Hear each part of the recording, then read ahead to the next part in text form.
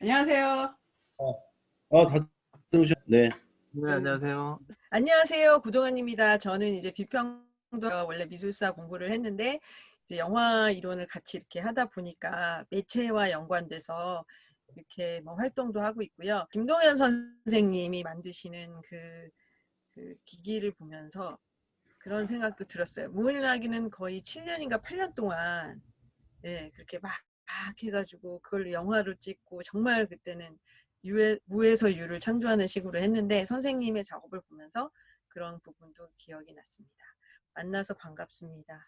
저는 2008년에 백남아센터에 연구원이 되면서 이제 미술계 입문을 했는데요. 어떤 작품을 만드는지 관심 있게 이제 지켜보는 입장입니다. 네, 반갑습니다.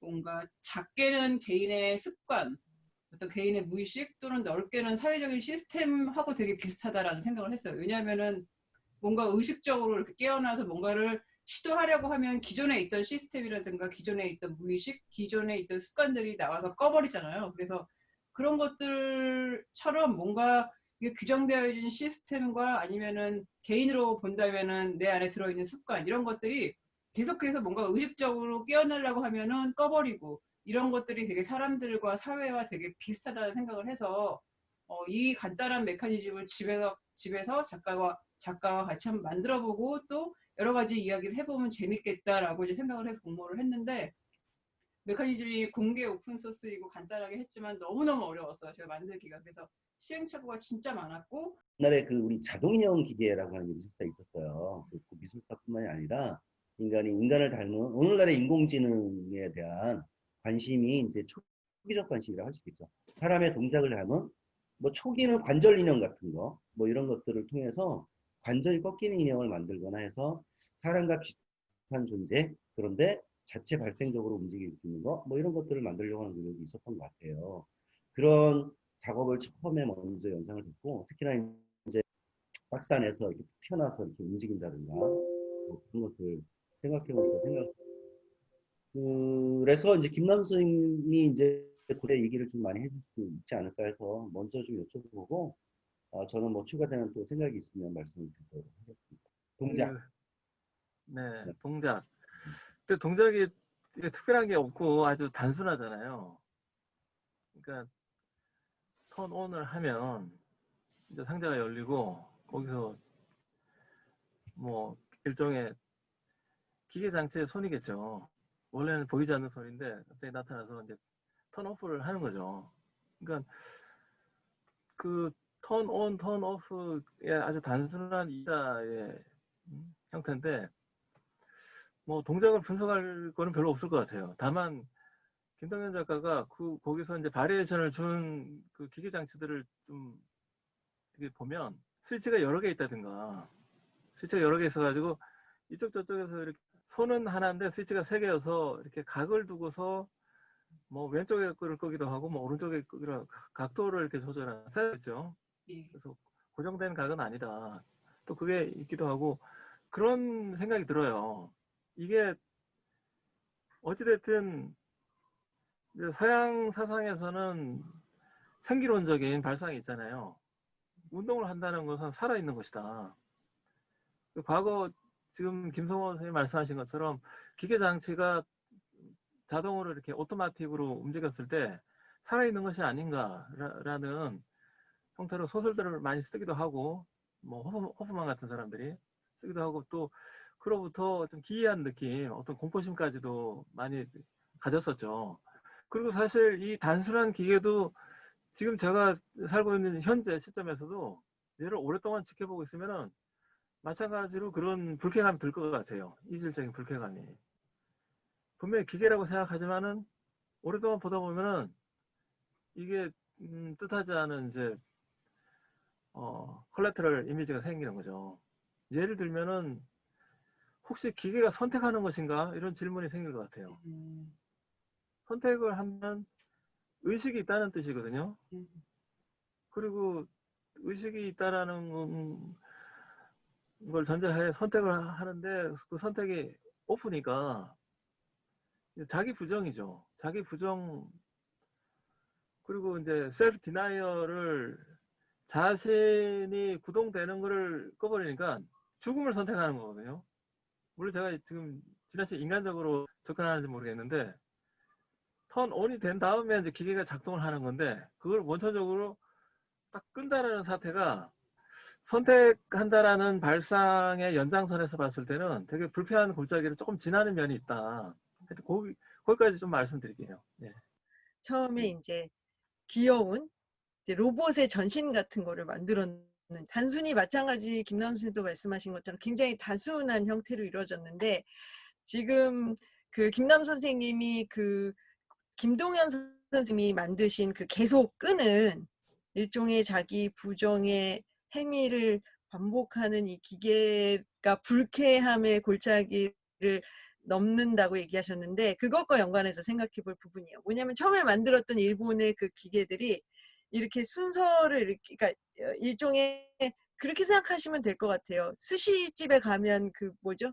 스시 네. 예, 회전 접시 네. 돌아가는 뭐 회전 접시 이런 것처럼 이렇게 회전하면서 조그만 애가 그게 약간 그것도 굉장히 제국주의적 시점인데 조그만 남자애가 남자애처럼 만들어서 걔가 차를 이렇게 대접하고 인사하고 가고 막 이런 거예요.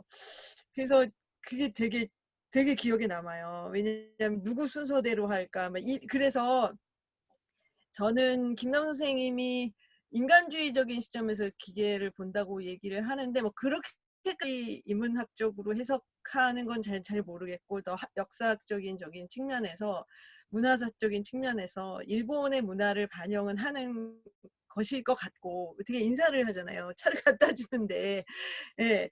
그리고 이제 물론 거기에 대해서 굉장히 매료돼서 쓰고 있는 사람의 일종의 역사적 자료를 갖고 다시 일본 학자가 쓰는 건데 그것도 이제 식민주의적인 시점이고 우리가 그것이 19세기라고 생각하면 프랑켄슈타인처럼 예? 이렇게 그 굉장히 생기론에 입각해서 나만 살아야 하는데 내가 만든 괴물이 나를 능가하는 것이 아닐 거야. 막 이런 식으로 생기론적으로 로봇을 이해했던 서구의 시점이랑 그 이렇게 차를 하면서 인사하는 시점이 굉장히 다른데 지금 아까 불쾌하다는 말씀을 드렸을 때 분명히 그 동아시아적 오토마톡의 원류를 말할 때 공손했던 그것과는 달리 건방진 네, 건방지고 신경질적인 왜냐하면 그것이 반복이 되기 때문에요. 꺾이길 뿐만 아니라 굉장히 신경질적인 거죠. 그러니까 기싸움하는 그런 부분이 분명히 있어서 예, 왜 그렇게 됐는지는 모르겠지만 그걸 어떻게 해석하는 건 우리의 어떤 면에서 관객의 역할일 수도 있죠. 그것이 어떤 맥락에서 어떻게 관객이 읽고 뭐 이런 똑같은 작업이라도 그런 측면이 있어서 단정 짓긴 어렵지만 분명히 신경질적이다. 예. 저 두 분에 되게 동의하는 게 뭐냐면, 특히 이제 김동현 선생님이 만든 작품에서 저는 이제 무슨 생각을 했냐면, 우리가 이제 우리가 지금도 하는 게 이제 커뮤니케이션이잖아요. 자신이 가지고 있는 의견을 언어에 담아가지고 메시지를 발화시켜가지고 지금 같이 소통을 하고 있는 행위인데, 저는 그 옛날 액션 행위를 연구하시는 분 중에 언어적 커뮤니케이션이 아닌 비언어적 커뮤니케이션을 생각해 봤어요. 그러니까 이제 그 비언어적 커뮤니케이션, 사실은 언어적 커뮤니케이션, 그 언어학자 연구를 해보니 60% 이상이 그 비언어적인 커뮤니케이션의 유형이 있다고 하네요. 그러니까 제가 말할 때 손을 움직인다든가, 그 다음에 그 발화되지 않는, 그 분절되지 않는 언어를 사용해서 아라든가 감탄사 같은 걸 섞는다든가 제스처가 있다, 뭐 이런 걸 하고 상대방이 이야기할 때 고개를 끄덕거린다든가 가로를 젓는다든가 해서 나름의 언어적 메시지를 포함하고 있는 비언어적 메시지를 한다고 분석을 한다고 해요.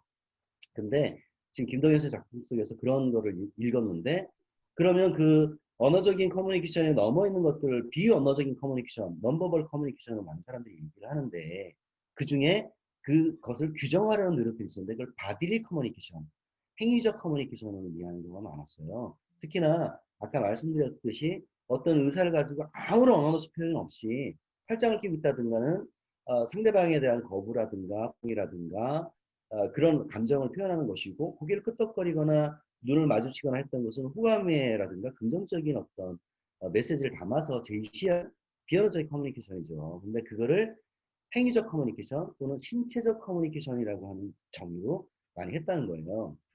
근데 이제 그 부분들이 어떤 면에서는 그 신체적 커뮤니케이션이 소리 대신에 행해지는 발화되는 소리 이전에 하는 것이지만 한편으로 저는 미술 이론을 공부하는 사람으로서 이거를 이미지 커뮤니케이션이다 라고 이제 부르기를 하는 그런 연구들을, 아니, 공부들을 좀 몇 개 한 적이 있어요. 근데 김동현 씨 작품에서 이와 같은 행위적 커뮤니케이션이 아주 명징한 작업인 거잖아요. 누군가 인간이 만들어서 어떤 메시지를 전달했는데 피드백을 주는 거죠. 근데 그 피드백이 반대적인 감정의 피드백, 그러니까 원상으로 복귀시키려고 하는 기계의 메시지를 담아낸 어떤 표현은 그렇게 되는 거잖아요. 그렇게 나타나는 것을 보면서 야, 이거는 행위적 커뮤니케이션이자 이미지 커뮤니케이션이다. 아무런 말도 없어.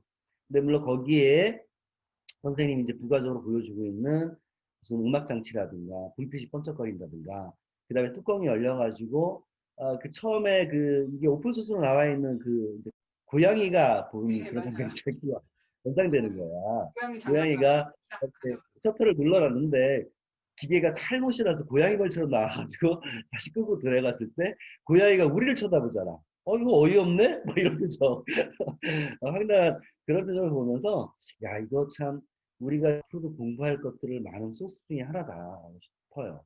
오픈 소스지만 그 작품을 했던 그거를 바라보는 관객들이 아마도 저마다 선생님이 김덕 선생님이 보았던 공포감, 불쾌감 또는 이런 것들도 저도 당연히 있었고 그걸 통해 가지고 이제 초기적인 기계적 언어 뭐 이런 것도 생각해 그런 걸 보면서 좀 얘기를 좀 나누고 싶었어요. 그러니까 신체적 커뮤니케이션 또는 이미지 커뮤니케이션에 상관하는 등에 대해서 얘기를 하고 있지 않나 뭐 그런 생각을 좀 해봤어요.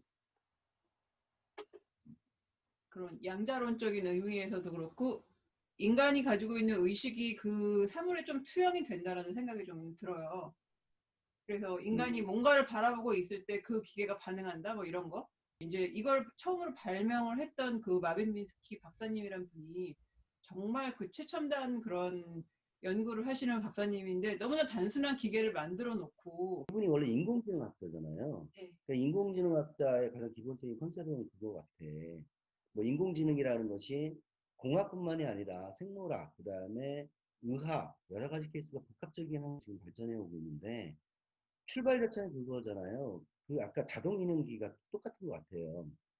인간의 두뇌적인 역할의 기능이 있는데 이 역할들을 뭔가 이미테이션을 하는 대체제가 필요한 거죠. 왜냐하면 인간이 할 수 없게 뭐 휴식을 하게 한다든가 인간을 능력을 뛰어넘는 인간이 가지고 있는 복잡한 다양한 두뇌 기능을 좀 효율적으로 통제하거나 인간을 대체시킬 수 있는 노트로 활용시키려고 하는 것들이 인공지능의 출발이었는데 결국은 인간의 뇌의 섬세한 부분들을 시뮬레이션하는 어떤 작업들이었잖아요. 중에 하나 가장 대표적인 게 동작학에서 나타나고 있는 바로 단순한 행위도 무한 반복시키게 해서 뭐 생산에 기여한다든가 이런 방식으로 나온 것 중에 하나인 것 같아요. 근데 제가 볼 때는 인공지능이 가장 지금 계속 할 때 과학이 나갈 수 있는 첨단의 것들을 할 수 없는 지점이 항상 뭐 이를테면 인공지능을 만들 때 연산작용을 하잖아요. 인공지능을 할 때 이게 이제 존재론적인 가치도 있지만 이게 이제 연산 과정을 통해 가지고 얘가 행위가 가능할 수 있는 존재론을 보여주는 거잖아요. 그러니까 연산작용을 하지 않으면 인공지능의 가치가 없는 거야. 근데 그 연산을 할 때 빅데이터를 활용해 가지고 연산작용을 해서 인공지능의 효율성을 담보하게 되는 거죠. 그러니까 옛날에는 인공지능이 어떤 동작항의 적인 것들을 재생산하는 어떤 통제 시스템으로 개발되었다고 한다면 오늘날에는 어떤 유형의 것들이 아니라 어떤 프로그램을 계속 작동시켜서 어떤 산출된 데이터의 결과물들을 만들어내는 데 집중하는 거잖아요. 근데 저는 이제 관심을 갖는 게 뭐냐면 선생님이 이제 초기적 관점의 인공지능의 어떤 통제 시스템에 나타나는 행위적 이런 걸 보여주는 건데 지금 저는 관심 있는 게 뭐냐면 최근에 그것보다는 정말 인간을 닮아 있는 어떤 인공지능의 어떤 양상들 이런 것들이거든요. 쉽게 말하면 이런 거예요. 이를테면 알파고라고 하는 인공지능이 초기의 인공지능이 최상의 보상을 받기 위해서 개발이 된 초기적 어떤 모델 중에 하나라고 한다면 오늘날에는 그것이 아니라 그러니까 최선의 보상을 도모하는 거예요. 이를테면 바둑을 뒀는 상대방이 어떤 바둑을 뒀을 때 여러 가지 수열의 배합들 있잖아요. 가능성들. 근데 상대방이 이걸 뒀을 때 인공지능이 빅데이터를 학습해가지고 정말 최상의 방식으로 내가 어떤 수를 둬야지만 내가 다음 수를 이길 수 있다라는 것들이 알파고가 진행시킨 인공지능이라고 하더라고요. 근데 오늘날 그 더 대두되는 사항들이 뭐냐면 차선책의 보상. 그건 인간을 닮아 있는 인공지능인 거예요. 이를테면 마리오라고 하는 게임이 있는데 그 게임은 알파고처럼 지금 당장의 가장 최상의 법칙을 다음에 내가 그 기보를 배워가지고 내가 좀 승리한다 이런 게 아니라 차선책. 내가 지금은 지능 계기가 되더라도 다음엔 엄청난 것들에 대한 결과물을 가져올 수 있는 거. 마리오 게임이 그런 거였는데 내가 지금 큰 어떤 열매를 갖지 않는데 내가 지금 손해를 보더라도 나중에 큰 것을 가질 수 있는 거. 그게 인간인데 인간은 그런 도시를 하면서 산다는 거죠. 이를테면 내가 친구들하고 같이 밥을 먹는데 내가 손해지만 내가 오늘 쏠게 하면서 돈을 쏜다는 거죠. 금전적인 손해잖아요. 인간들은 당장의 최상의 보상을 내가 바라면서 내가 손해지만 나중에 보다 좋은 인간관계를 유지하기 위해서 이처럼 내가 손해를 거듭하고 그다음에 그것이 나중에 차선책으로 나한테 큰 기업 보상이 될 것이라는 기대를 가지고 있는 것인데 기계는 지금까지 그러지 못했는데 오늘날 인공지능의 밝은 모습은 이와 같은 차선책 보상을 지향하고 있는 것들에 향해서 달려가고 있다라고 얘기를 한다고요. 그렇다고 한다면 지금 김동현 선생님의 작품은 가장 초기적인 양태잖아요. 내가 지금 어떤 생활에 방해를 받고 있어. 어떤 작동을 날 건드려 놨어.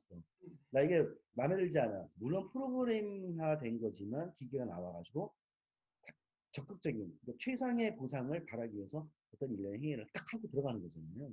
근데 여기서 좀 발전된 개념이 나온다면 차선의 보상. 근데 만약에 기계를 사람이 관객이 눌렀는데 기계 움직이지 않아. 그럼 사람들 고장났다 그러잖아요. 그치? 네. 그렇잖아. 그래서 부르잖아. 근데 만약에 그 선생님이 조금 더 그 다음 버전은 고장이 난 줄 알았는데 고장이 난 게 아니라 차선의 부상을 바라고 있는 기계 행위가 있다라고 하는 것을 좀 보여주는 그런 작업이 좀 나온다면 앞으로 좀 업그레이드된 버전의 새로운 모습이 아닐까. 그러면은 기계가 침묵을 해야 될까요? 그 순간에? 모르지. 네. 선생님 연구하시 네. 선생님 얘기, 김선 선생님이 또 재밌는 차원으로 이야기를 끄셔서 어떤 생각이 드냐면, 그러면 이제 끄는 행위를 해석할 수가 있는 거죠. 이거를 만약에 차선이라는 얘기는 선택을 한다는 것인데, 선택을 하려면 무엇을 위해서 선택하는 거잖아요. 그러니까 목적성을 갖게 되니까 정말 얘가 약간의 의지를 갖는 것처럼, 다시 말해서 그 행동이 그 다음에 결과를 갖고, 그래서 시간적 추이를 갖고 앞으로 어떤 의도를 갖고 얘가 움직일 거라는 게 암시되니까, 이 그러니까 얘를 아직 인공지능이라고 부를 수 있는지 모르겠지만, 선생님의 기계가 약간씩 사람처럼 의식을 갖게 되는 단계일 텐데, 제 생각에는 우리가 마음대로 붙이면 되니까, 뭐 실제로 의지를 갖던 안 갖던 그건 그렇게 중요한 문제가 아니라, 그게 이제 우리한테 어떤 의미를 갖느냐니까. 저는 결국은 이 모든 문제는 우리가 생각하는 어떤 형태의 메커니즘을 지키는 기계를 만들고, 또 그 기계가 하는 걸 보고 우리가 또 다시 기계를 통해서 우리를 보고, 뭐 이런 서로 상호 소통하는 지적인 측면에서, 물리적인 측면 말이에요. 그러니까 뭐 우리가 붙이기 나름이에요. 그런데 그렇게 되면 이 끄는 행위는 단순한 반복이 아니죠. 만약에 단순한 반복으로 볼 수도 있고, 아까 처음에 김남 선생님 얘기한 것처럼 어떤 행동에 대한 반작용 혹은 부정으로 볼 수도 있고, 아니면 이 아무렇지도 않은, 제 신경질적이라는 것도 이미 인간처럼 생각한 거거든요. 왜냐하면 신경질적이라는 거는 반복을 하고 있는 걸 얘가 인식을 하고 있는 거예요. 말 안 듣는 애인 건 거예요. 한 번만 끈 게 아니라 계속 끌고 있으니까 이전에 끈 것까지 연결시켜서 얘는 말 안 듣는 애가 됐는데, 근데 말 안 듣는 애가 자꾸 끄는 것이 어떤 목적성을 갖는다면 이건 단순한 반복은 아닌 거죠.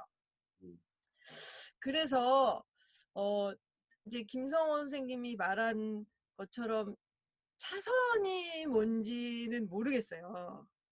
네, 차선이 뭔지는 모르겠는데, 저는 오히려 그러니까 차선보다는 이 반작용적 측면이랑 의식적 측면이 합쳐지는 게 더 좋겠다. 왜냐면 너무 그지 같은 인간인데 우리가 기계를 너무 우리처럼 만들어서 걔가 똑같이 행동하는 걸 보는 건 진짜 재미없을 것 같아요. 그거 AI 만드는 사람이 하게 하고 우리는 뭔가 생산적이고 막 우리보다 더 똑똑한 애를 만드는 것보다는 그렇게 할 수 있는 측면도 같지만 뭔가 우리가 봤을 때는 굉장히 비상성적인, 그러니까 예를 들어 이렇게 목적성을 갖고 움직이지 않는 듯한, 예, 그래서 우리를 또 부정하는 측면, 이거를 동시에 갖는 애를 만드는 게 재밌겠다. 괴롭긴 하겠지만. 근데 이 생각도 들었어요. 그러면은 실은 이게 이제 뭐 편집 안 하셔도 될 것 같은데 서울문화재단에서 이거를 서포트해서 요새 말하는 문화인으로 이야기를 해서 미술 교육의 측면에서 어머 이런 것도 만들 수 있어 너무 재밌지 않니? 라고 얘기하지만 그것이 갖게 되는 인문과학적인 맞아요. 또 다른 것이어서 물론 우리 하는 일이 나랏돈 받아서 균열을 일으키는 일이긴 한데 그 되게 길게 말해서 되게 중요한 또 다른 지점을 말한다고 생각할 수 있어요. 단순히 아무 생각 없이 뭐 신기하네 이런 차원이기도 하지만 우리가 지금 그 차원 이상을 얘기를 하는데 이 말 안 듣는 애가 말을 안 듣다가 또 이상한 일을 해가지고 우리 시스템을 막 와해한다면 그것을 바라보는 인간들로 하여금 우리 시스템에 대해 스스로 비판하게 한다면 이 그 문화를 교육사는 과연 우리나라의 미술 교육과 교육 전반에 있어서 어떤 역할을 할까 그런 생각도 들었어요. 고생 많으셨어요. 근데 다음 단계는 오픈소스를 그대로, 물론 이제 거기 그대로는 아니야. 거기에 이제 빛도 있고, 예, 조명도 소리도 있고. 있고, 소리도 있고, 뭐 그런 다양한 버전을 하긴 했는데, 어쨌든 행위 자체의 모습은 같긴 같았어요. 근데 이제 작가는 어쨌든 크리에이티비티를 좀 뭔가 가지고 있는 테크놀로지를 좀 버전을 업할 수 있는 테크놀로지의 그 기계적인 디벨로핑이 아니라 그거 있는 것들을 좀 번안하는 것들을 해야지 우리들은 뭐를 띵 때리잖아요.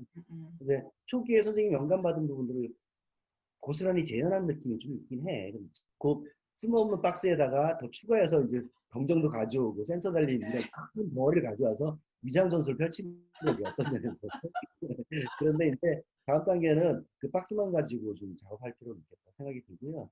그다음에 나는 이제 선생님이 이제 좀 다른 얘기로 박스를 좀 하고 싶어요. 박스는 사실은 그 박스라고 하는 게 사실은 원래 그 뭔가 담아야 할 공간이죠. 근데 박스는 무언가를 담아야 될 것인데 쓸모없는 박스가 제목이 그거잖아요. 쓸모없는 박스. 근데 쓸모없는 박스 쓸모가 있으려면 박스가 비어져 있고 그 안에 뭔가 담을 수 있는 기능이 있어야 되는데 그게 아니라 어떤 기계적 생명체가 살고 있는 공간이야. 근데 걔는 하등의 박스의 기능을 하지 못해. 뭐 이런 개념인 것 같아요. 그래서 거기에 박스라고 하는 존재, 담아야 될 것들, 이런 기능적. 근데 그게 이제 원래 예술의 출발인 것 같아요, 사실은.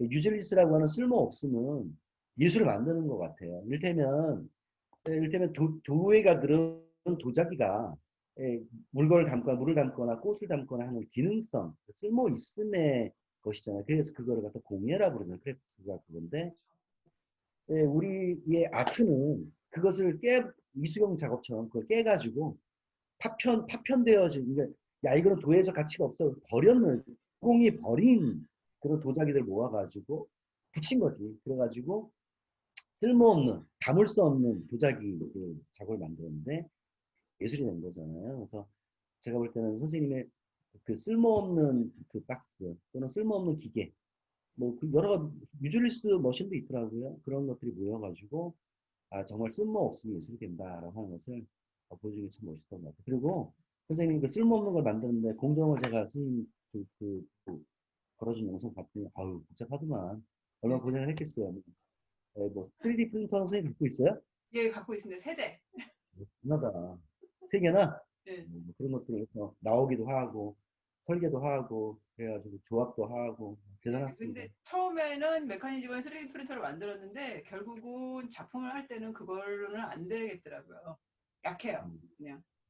제가 잠시만요. 보여드릴게요. 김남수 선생님 저는 이제 무형이나 이런 걸 잘 모르지만 저기 폴란드에는 가난한 영국이라고 있다고 하더라고요. 그 당시에는 좀 어려운 시절이었고 혼란기였기 때문에 이제 가난한 영국이라는 것은 옷을 다 벗고 나오는 거예요. 배우들이 원래 분장하고 해서 배우의 역할들을 변화할 때 그 분장해줘서 그들의 역할들을 고정화시키거나 감정이입하게 해서 만들어주는 거잖아요. 근데 옷을 다 벗으니까 순전하게 남는 몸의 행위로만 그것을 인식해야 되는 건데 좀 다른 케이스가 연극들이 있는 것 같아요. 그래서 사실은 좀 본질만 남는 거예요. 동그라니 본질만. 그죠? 본질만. 그런 연극이 있는 것처럼 김동현 씨 작품도 쓸모없음이라고 하는 행위를 볼 때 어떤 면에서는 단순한 행위가 어떤 잘 모르겠어. 아직 생각을 좀 더 굳혀야 되겠으나 뭔가 본질만 남는 행위가 남았어요. 아까 김동현 씨도 얘기를 좀 해줬더니 고동현 아까 씨도 얘기를 그 해준 것 같은데. 김성원 선생님 말씀하신 그러니까 지금 쓸모 없음이라는 그 말 그렇지만 소위 이제 알고리즘적 사고라고 하는 것이 이제 시뮬레이션을 통해 가지고 로봇이 이제 인간에 가까워진다. 그래서 그 뭐 앨런 튜링 같은 사람이 1950년대 그 문서 간단한 문서를 썼지만 사실 그게 모든 기계들의 마치 이제 원형처럼 돼 있죠. 그것을 넘어서서 뭐 이제 피부가 점진화해가지고 정말 알고리즘의 사고가 있긴 한데 지금 김성호 선생님 마지막에 말씀하신 본질만 남은 어떤 것 또 지금 고동현 선생님 말씀하신 신경질을 부리는 아이처럼 의지를 가지고 있다. 굉장히 기계적 무의식, 가타리 표현에 따르면 기계적 무의식을 갖고 있다고 하거든요. 아기들이. 굉장히 고집스럽죠. 그 두 가지를 좀 이렇게 나눠야 될 것 같아요. 그러니까 알고리즘적 사고를 가진 기계가 있죠. 2014년인가 오바마 정권 때 그 뭐 1억 불을 들여가지고 사실 휴먼 브레인 리버스 엔지니어링이라고 해서 뇌의 역공학, 뇌 자체를 다시 슬라이스해서 이제 인공 두뇌학을 발달시키기 위한 거대한 프로젝트를 했죠. 그래서 인간 뇌가 어떤 차원을 갖고 있는가를 공부를 해서 로봇을 이렇게 진전시키기 위한 일을 했는데 그건 사실 알고리즘이라는 범주에 속한 건데 지금 이 쓸모없다라는 건 뭐냐면 김성호 선생님 말씀하신 것처럼 가장 본질적인 인간의 어떤 모습 있죠. 그건 뭐냐면은 종교가 꿈꾸는 어떤 현실이거든요. 쉽게 얘기하면 깨달음 같은 거. 또는 이게 불을 끈다. 번뇌 불이 타오르는데 얘를 심지를 끈다. 그러니까 불교 같은 경우에 정멸이라고 하거든요. 그게 다 꺼져가지고 고요해졌다고. 근데 이 기계가 되게 신경질적으로 그거를 추구를 한단 말이에요. 근데 거기에 패러독스가 있어요. 우리가 생각할 때 그거 끄는 거는 상당히 뭐냐면 이게 정신적인 수준이 높고 어떤 경지에 다다라가지고 이제 그 신경이 꺼지는 건데 이 로봇은 상당히 신경질적으로 그걸 끈단 말이죠. 굉장히 강박적으로. 이제 뭐 인간들 사이에서 이제 관람 방식이긴 한데 근데 이제 일본에서는 로봇 공학하고 이 불교가 상당히 병합 연구가 많이 돼 있거든요. 이름은 기억나지 않는데 로봇에게 배우는 불교라는 책이 있어요. 실제로 한국에도 동경대 유학하신 김성철 박사가 쓴 책이 있더라고요. 로봇이 인간보다 훨씬 깨달음이 가깝다라고 표현을 하거든요. 물론 이제 불교의 어떤 교리를 따랐을 때는 먼저 이렇게 어지러운 번뇌가 있고 번뇌가 있어야지 그 불을 끌 수 돼 있는데 로봇은 너무 이렇게 꺼져 있는 상태 아니냐 이런 반론이 있긴 한데 일본에서는 활발히 연구가 되거든요. 어떤 건가 하면 이제 저기 이중구속 상태에 있다는 이중구속 굉장히 신경질적인데 이 신경질을 통해서 신경을 끄는 행위가 가능하다는 거죠. 그러니까 신경질이 없이는 신경을 끌 수가 없다. 간단하게 얘기하면 신경질 부려야지 신경을 끌 수가 있는 건데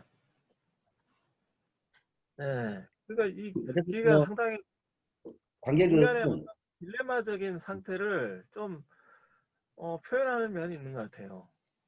음, 저는 이게 이제 저희가 막 럭비공처럼 아무 쪽으로도 막 튀어나가도 된다고 일단 예, 가정하고 맞아요. 그러니까 제가 하는 역할이 뭔지 모르겠으나 이게 다시 말해서 분석도 하고 또 선생님한테 김정은 선생님 이렇게 한번 해봐요 라는 얘기도 할 수 있을 거예요. 근데 이거는 성향이기도 해요. 근데 제가 이제 느낀 게 뭐냐면 기계가 결국 이걸 기회를 김성원 선생님 같은 경우에는 예술이라고 이제 하셨어요. 그리고 이제 우리가 본질 얘기하고 종교 얘기도 했으니까 굉장히 미학화하는 거죠. 에스테틱화하는 거예요. 근데 이제 저는 이렇게 잡스러운 사람이라 그걸 그냥 그렇게 보기가 어려워서 그런지 또 다른 측면도 있을 것 같은 생각을 해요. 기계가 굉장히 물론 4차 산업 얘기했으니까 정부가 원하는 어떤 도구 뭐 미술 교육도 하고 애들 코딩도 잘하게 해가지고 뭐 프로그램 만들어서 막 나라가 돈 벌고 이런 완전히 극단적인 도구주의는 아닌데 그래도 저한테는 소통의 도구거든요.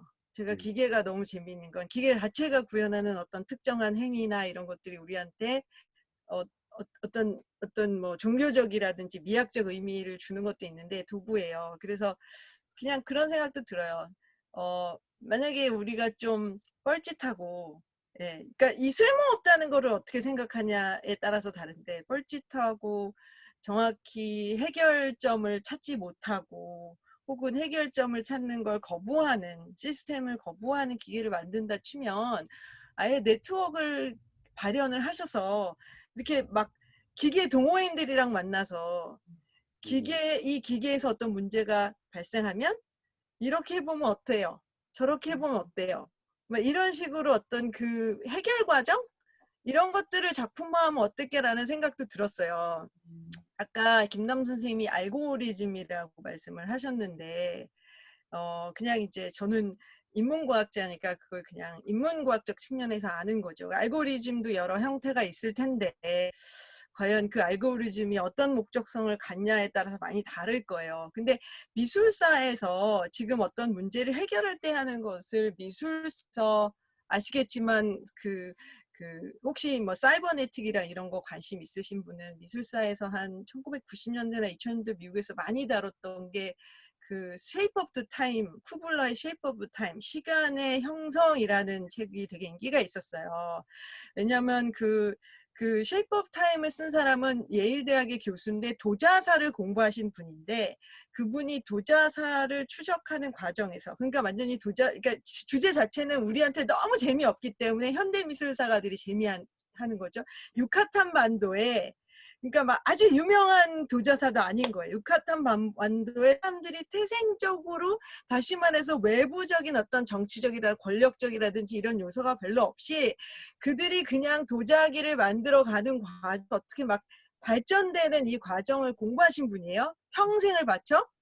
근데 그분이 미술사적으로 그 도자가 발전하는 거에 관심을 가지면서 뭐 사이버네틱이나 이런 것들을 인용하세요. 그래서 그게 이제 로버트 스미스나 이런 사람한테 큰 영향을 미치는데 쉽게 말하면 그게 우리가 생각하는 것처럼 발전사라고 얘기할 수가 없는데 똑같은 질문에서 생겨내서 해결을 하는데 또 이렇게 어떻게 보면 후퇴하는 것 같기도 하지만 어차피 목적이 명확하게 있지 않기 때문에 이제 일종의 독특한 이상한 진화이면서도 뭐 반복이면서도 이제 이런 거를 하다고 얘기를 해요.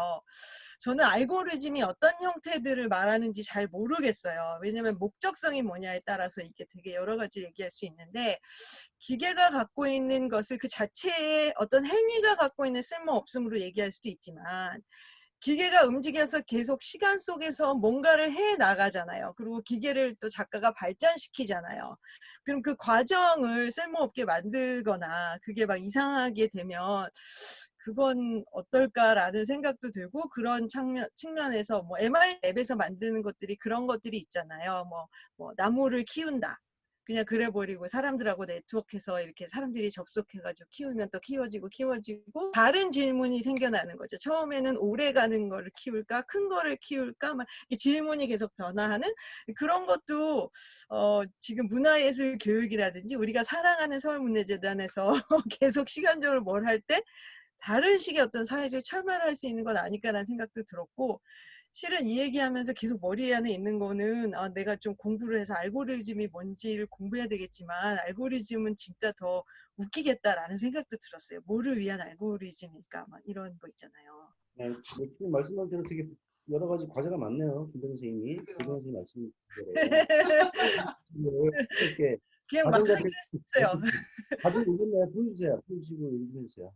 김동 그 선생님. 뭐 저는 가져오셨잖아. 예? 아 이거요? 이게 누가 가져왔잖아. 이게 3D 프린터로 이제 이 샘플을 만들었는데 이게 이제 첫 번째 그 박스에 돌아가는 그 팔이었어요. 이렇게 방향을 바꿔서 방향대로 이제 코딩 값을 넣으면은 땅 쳐주면서 이제 꺼지는 그 장치거든요. 이게 이제 박스 안에 들어있는 그 장치인데 어. 근데 안에 실제 작업에서는 그거를 가지고 작업했어요? 아니면 다른 걸 부속을 바꿨어? 부속을 실제 작업하는 까만색이었잖아요. 가 있어? 이걸로 만들었는데 이게 약해서 못 쳐요. 그렇지. 스위치를. 그래서 그래서 그거랑 똑같은 폼으로 똑같은 딴거 만들어. 예, 똑같은 걸로 해서 실제 기계로 만들었어요. 응, 실제 기계. 기계 그렇지. 장치로 이제 도면을 보내서 부품을 떠서 그렇게 만들었고, 3D 프린터는 그냥 약간의 시뮬레이션 정도의 용도로 한번 테스팅을 해본 거고, 그러면 질문이 가능할 수 있으리라 보여줘요. 왜 그러냐면 선생님 작품은 특히 이제 유희 또는 대중의 참여라고 하는 메시지가 크다 보니 작가는 어디 갔어? 라고 하는 것을 생각하잖아요. 근데 오늘날 사실은 미학의 담론들이 많이 수용론으로 많이 흐르고 있어요. 60년대 이후로 야오스 이후로. 뭐 바르트가 얘기했던 저자의 죽음이라든가 umberto 에이기 같은 열린 해석이라든가 내용 자체에서는 뭐 대중들이 이제 주인공처럼 참여하는 것을 열어뒀다. 그리고 관객의 해석이 중요하다. 작가의 작업들은 그냥 제도권 안에서 작업하고 해석에 대한 계제를 주는 그냥 그 결과물로 조카라는 개념처럼 이런 개념이 많이 등장해서 관객의 주요도를 많이 얘기하면서도 정작 아티스트의 작품 또는 아티스트를 평가하는 자리에서는 아티스트는 어디 갔니? 라고 이제 되묻는 것들이 오늘날 비평의 현장인 것 같아요. 그래서 선생님 작품에 특히나 많이 제공되고 있는 관객의 적극적인 참여를 도모해서 그들에게 놀이를 주고 기쁨을 주거나 그들이 작품 완성하는데 집중하면 그 비평가 입장에서는 작가의 주연 역할에 대해서 자꾸 질문하고 싶은 것 같아요. 네, 네. 그래서 만약에 내가 참여도 중요하게 생각하지만 그것보다는 내가 본질적인 기계가 가지고 있는 뭐 쓸모없음에 관한 연구를 하고 싶다라고 강조했을 때는 똑같은 방식인데 좀 다른 방식이 좀 필요할 것 같아요. 이를테면 관객 참여해서 뭘 끄고 하는 문제가 아니라 똑같은 방식이에요. 뭐가 안에서 어떤 작동이 나오는데 안에서 뭐가 나와서 껐잖아. 근데 김남순이 얘기했던 약간 그 신경질적인 반응이라고 하는 것들은 뭐냐면 기계가 보여주는 관객이 그렇게 느끼게 되는 기계가 이제 속도가 빠르잖아요. 딱 예. 껐을 때 바로 나와서 끄잖아. 그죠? 그런 것들이 뭐 슬로우 동작을, 시간차를 둬서 슬로우 동작을 집어넣는다든가 그리고 그 규모가 조그마한 것들이 장난감처럼 조그마한 것들이 나와가지고 박스에서 앙증스럽게 탁 나서 끌고 이런 게 아니라 규모가 엄청나게 큰다든가. 그죠?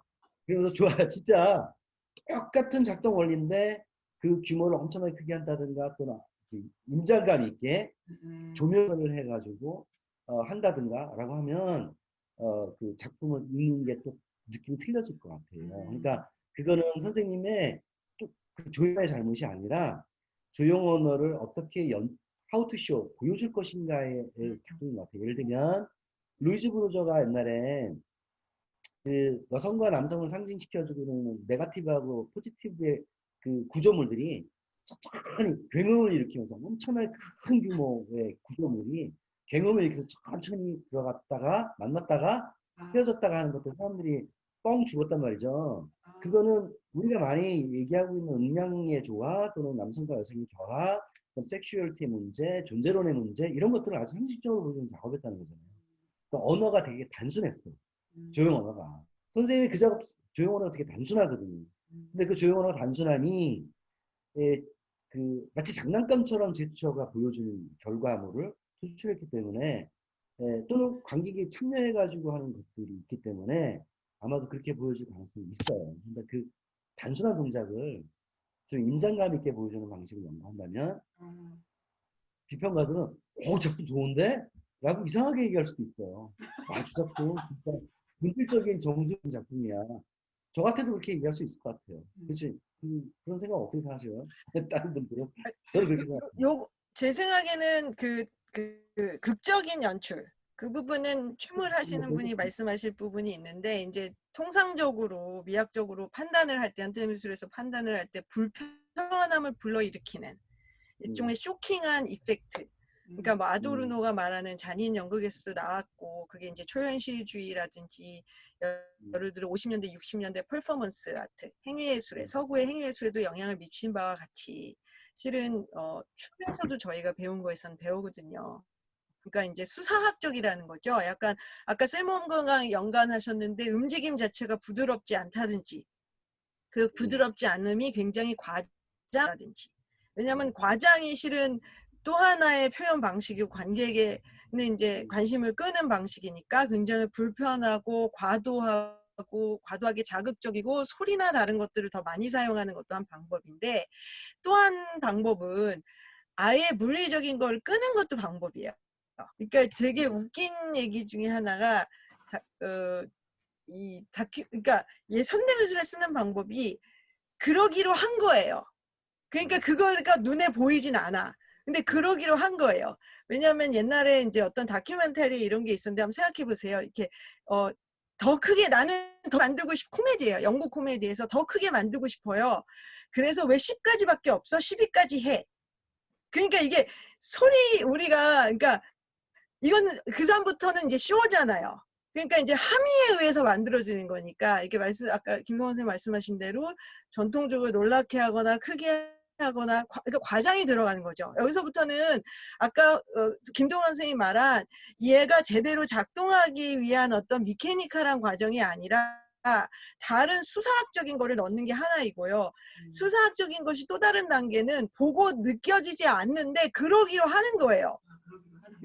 그러니까 완전 코미디죠. 휴머죠. 근데 이제 그건 좀 그러니까 자꾸 현대미술이 그런 이상한 짓을 많이 해서 이제는 너무 어려워지긴 했는데 그것도 또 하나의 테크닉이죠.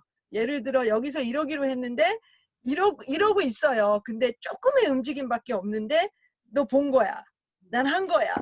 막 이런 식으로. 그러기 위해서는 기계뿐만 아니라 선생님의 다른 작업들을 통해서 다른 연관된 설치나 선생님의 기록이라든지 이런 걸 통해서 암시하고 들어가는 거죠.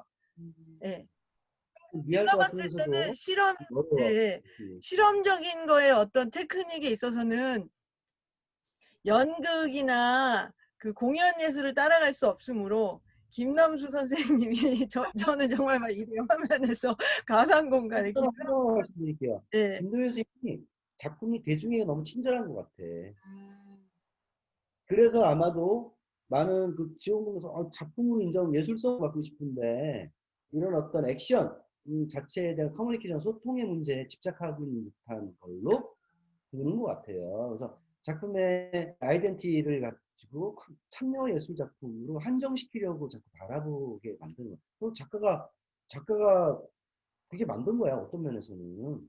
근데 그거를 좀 내 소통의 문제가 분명히 있음에도 불구하고 그 본질적인 문제로 좀 가져올 때 아까 말씀드렸던 스펙타클 지향의 것이라든가 뭐 그런 식으로 제가 얘기한 것 같은데 그것도 필요하고 또 다른 어떤 뭐가 있어야 되는데 그거는 이제 하나의 걸림돌은 어떤 건지 모르겠으나 걸림돌은 뭐냐면 대중에 너무 친절한 거야. 친절한 방식으로 작품을 만드는 거를 거꾸로 좀 정리해 보면 되겠죠. 그건 난 뭔지 모르죠. 그 선생님 찾아주시면 될 것 같아요.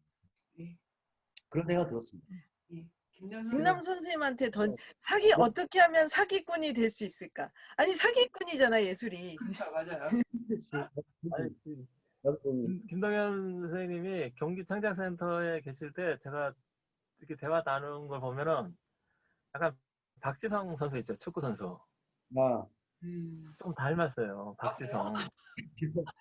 왜냐면 경기를 잘 하고서 끝나고 이제 이렇게 마이크 들이대고 인터뷰를 하면은 뭐 오늘 되게 잘하고 이제 들어가서 어떻게 훈련해야 된다고. 되게 이렇게 작품은 지금 말씀하신 친절하다는 게 조금 쾌적화되어 있거든요. 사람들이 좋아해요. 많이 좋아하죠. 그런데 되게 성실하신 거예요. 그래서 빨리 들어서 또 새로운 작품을 하시려고 구상하시고 또 하시는 것마다 또 다 재밌어요. 재밌는데 그게 지금 말씀하신 게 뭔가 딜레마처럼 지금 갖고 계신 것 같아요. 그 저기 은하수를 여행하는 히치하이커를 위한 안내서라는 책이죠. 예. 거기 보면은 그 소위 우울증 걸린 로봇이 나와요. 그 작품이 상당히 좀 우울증 걸린 로봇이 하는 자조적인 독백처럼 느껴지더라고요. 그 작품이. 그래서 조금 앞으로 좀 다르시겠구나라는 생각을 살짝 했었어요. 어떤 느낌인가 하면 그때 좀 설명하실 때도 그렇고 약간 섬뜩한 면이 있었거든요. 얘가 기계가 약간 공격적이기도 하고 뭐 충분히 그런 걸 알고 관람객이 참여하지는 않더라도 그런 게 이제 좀 깔려 있고 잠재 있다는 생각을 했는데 아까 김성원 선생님 말씀하신 그 박스 있잖아요. 그 지금 쓸모없는 그 상자 박스 안이 그러니까 뭐 베냐민 같은 사람이 다루는 방식이 있잖아요. 아래 항상 이기는 게임을 하기 위한 난쟁이가 숨어있을 가능성. 신의 대리인으로서 난쟁이가 숨어있다. 근데 얘는 사실 보이지 않는다. 근데 저기 영화 같으면은 데이비드 린치는 난쟁이를 막 보여주거든요. 난쟁이 진짜 나와가지고 막 돌아다니잖아요. 난쟁이가 사실상 주인공인 것처럼. 걔는 도대체 어디서 올까? 그게 안무가 아니고 사실 시간 이미지라고 하거든요. 아주 순간적인, 아주 찰나에 가까운 시간 이미지라고 하는데 되게 운동 이미지로서 되게 훌륭한데 좀 시간적인 측면이 어떤 게 없어요. 좀 제가 그게 좀 안 느껴졌었거든요. 엇박이라든가 어떤 불규칙성이라든가 뭐 좀 기계가 오작동 일으키는 면이 좀 적더라는 거죠. 그게 뭐 많은 사람한테는 섬뜩할 수도 있고 뭐 우울증으로 느껴질 수도 있고 다양하게 이제 와닿는 건데 그러니까 좀 뭔가 그런 좀 게 있으면 좋지 않을까 싶어요. 그러니까 좀 정리를 드리면 백남준이 사이버네틱스를 초창기에 읽었잖아요. 그 책이 나와서 몇 년 안 돼서 읽은 사람이거든요. 그 사이버네틱스하고 그다음에 인간의 인간적 활용이라는 책이 나오자마자 읽었던 첫 번째 독자일 것 같아요. 그분이. 그런데 그분이 세운 등식은 가장 간단한 거였습니다. 선택 이꼴 미디어 이꼴 인간이었거든요. 지금 그 쓸모없음이라는 선택을 계속 취하고 있잖아요. 그렇게 해서 내부에 뭐가 생기냐면은 아까 고동현 선생님 말씀 중에 이게 반복적으로 계속 그게 되면은 뭔가 있는 것처럼 느껴진다고 얘기하는 거를 사이버네틱스에서는 사실 트론이라고 하거든요. 트론 1980년에 나온 트론이라는 영화 있죠.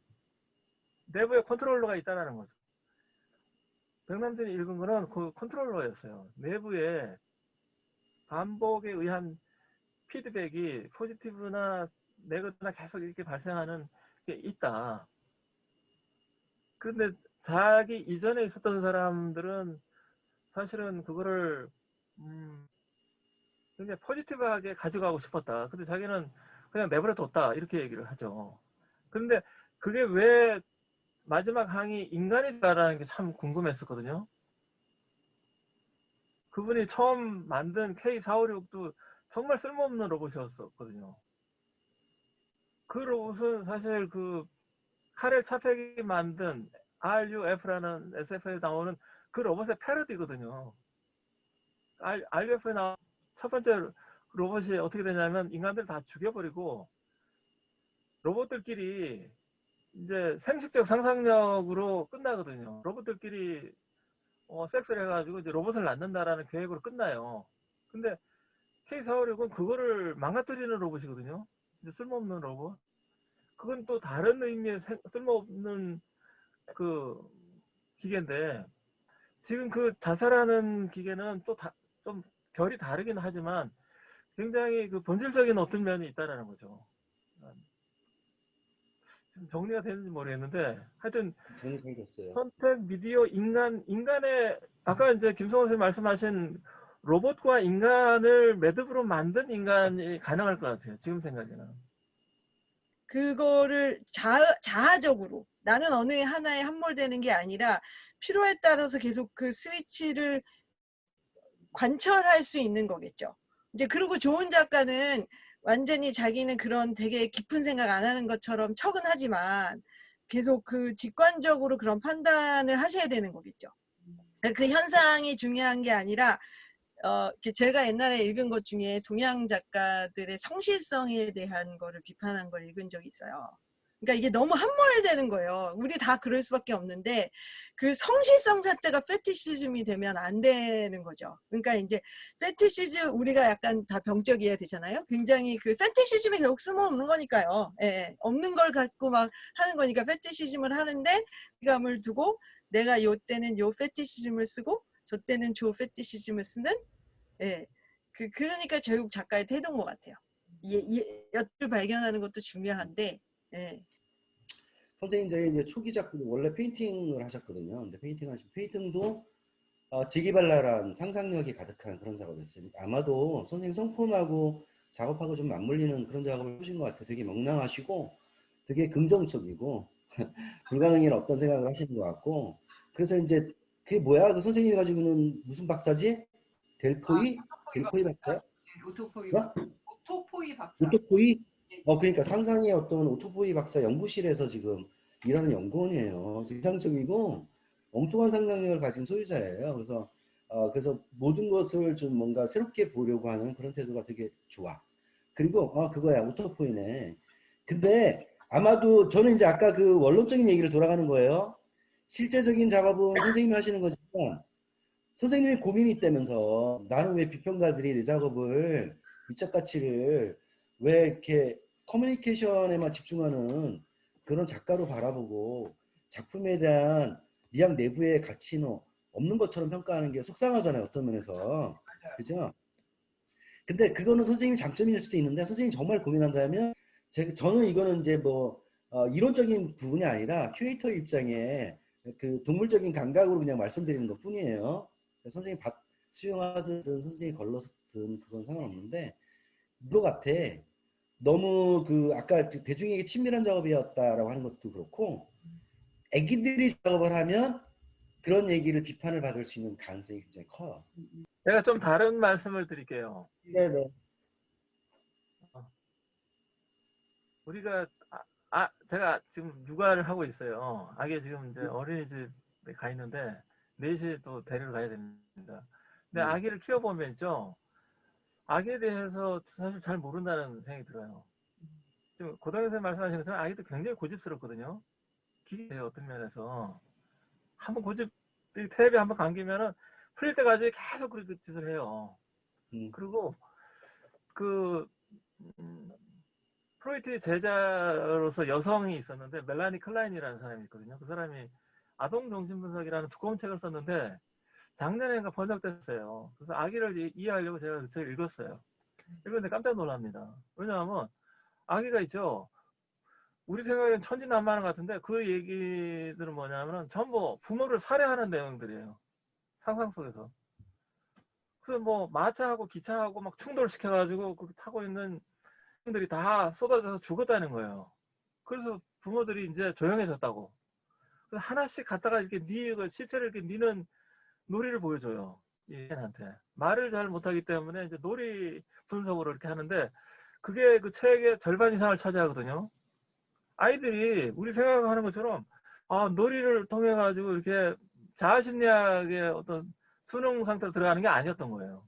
클라인이 발견했던 거는. 그래서 그 크리스토퍼가 쓴 모티브가 뭐냐면 모친 사례거든요. 모친 사례. 어머니를 죽이고 싶어 하는 아이. 근데 그런 얘기 하니까 이제 클라인은 사실 많이 인기가 없었죠. 정신분석가. 그런데 굉장히 중요한 그 모티브가 있어요. 악이라고 하더라도 우리가 지금 통상 한국 사회에서 이렇게 교육 과정으로 소화하는 방식하고 전혀 다른 면이 있더라는 거죠. 암흑에 가까운, 흑암에 가까운 면이 있는데 사실 김동현 작가가 그쪽으로 조금 생각을 해보셔도 좋을 것 같아요. 어린이가 가지고 있는 내면의 잔혹성을 막 일깨워? 뭐 이런 거. 그러니까 성설설이랑 성악설로 가는 건데, 그러니까 여기다 하나 더 이제 얹히면 이제 그거죠. 그러니까 현대 사회가 현대화되면서 그런 연구도 있죠. 현대 사회가 애들을 공교육을 만들고 산업화를 만들기 위해서 이제 막 이렇게 밭에서 막 다니던 애들을 들어와서 교육을 시키고 뭔가 사회가 복지를 만들어서 애들을 키워야 된다고 생각하니까 그래서 그런 이미지를 만들었다는 게 있고 또 플라톤 같은 경우에 계몽주의자나 루소나 다 성악설이니까 갖다 때려서 공산주의자들도 그렇고 그러니까 굉장히 현대화의 과정에서 핵심적인 거예요. 착한 아이를 필요로 하는 그러면 아까 지금 선생님 말씀하신 대로 이건 선생님의 선택이에요. 아이의 취향이 맞는다. 그러면 그런 걸 해보고 근데 이제 비평에서 그러죠. 그러니까 그런 것들이 오래 도외시 되는 거죠. 왜냐하면 타부되는 영역이거든요. 굉장히 이런 거죠. 이제 사회가 되게 착한 척하고 부모가 착해야 되고 왜냐하면 그게 실은 민주주의의 굉장히 어떻게 보면 웃긴 측면이에요. 왜냐하면 인간을 존중해서 민주를 만들고 시민을 만들어야 되는데 그들이 괜찮아야 하는 거죠. 그러니까 기본적으로 성악설이 있던 혹은 그러면 때려서 잡을 수 있는 거니까 뭔가 인간 존중이 갖고 휴머니즘이 갖고 있는 굉장히 이면적 측면이에요. 그래서 아까 김남 선생님 생각하신 부분이 되게 중요한데 제가 봤을 땐 애를 갖다가 꼬는데 그것이 타부라는 걸 인식하고 하시는 것과 안 하는 거는 또 다른 거니까 인식을 하셔야 되는 거죠. 산에 오르면 뱀이 나와. 산으로 됩니다. 얼굴을 인식해서 얘가 말을 하는 거예요. 발등은 아, 원하게 되어 있어. 공원에서 사람이 오면 얼굴을 딱 인식하면 말을 해요. 나는 이비인후과에 가봤어. 그럼 감사드리고요. 새해 복 많이 받으세요. 네, 새해 복 많이 받으세요. 새해 복 많이 받으세요. 알겠습니다. 수고하셨습니다. 네, 선생님 감사합니다. 새해 복 많이 받으세요. 네, 네, 안녕하세요. 네.